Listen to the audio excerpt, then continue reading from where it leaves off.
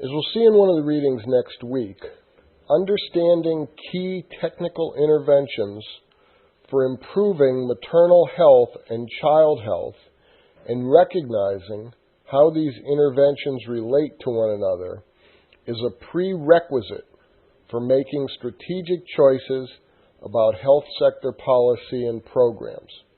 That's the reason why we're going to take the next two Millennium Development Goals together.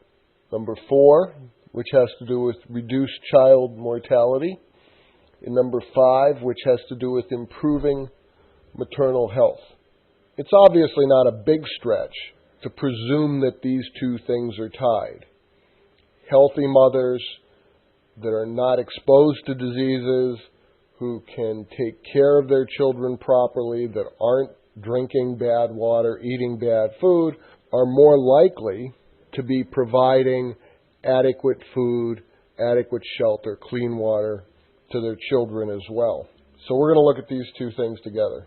As you'll see when you go through the United Nations Progress Toward Millennial Development Goals reading, for Goal 4, reducing child mortality, the idea is to reduce child mortality by 2/3 between 1990 and 2015. If you look at the World Health Organization, when you do that reading, you'll see close to 11 million children die every year before reaching the age of 5, or 20 a minute. And you'll go through and see what WHO is doing about that, the World Health Organization, how they're trying to address this. Then when we look at the World Health Organization discussion of Goal 5, you'll see such statistics there as every year at least 529,000 women die in pregnancy or childbirth.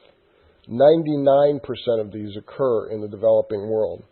So this is a matter of financial issues, clean water, clean food, good health care. And when you look at the United Nations statistics on progress toward Millennium Development Goals, it's interesting to see that complications during pregnancy and childbirth are a leading cause of death and disability among women of reproductive age in developing countries. So you can see that these two things are not only very tied, but they're very important.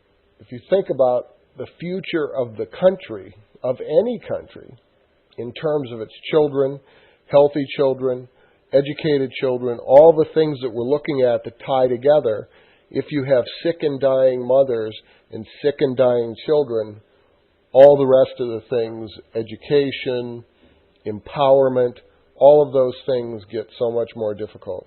And that's what we're going to be looking at this week and next. So I know this is not the happiest topic in the world, and none of these Millennium Development Goals are, but I think it's important that we continue to see just how ambitious the Millennium Development Goals are in trying to address truly serious problems in the world, and yet how there are simple things that could be done that would solve a lot of the problems that we're talking about, or at least reduce them dramatically. So I hope you enjoy this week's readings, and I look forward to seeing your discussions in the forums.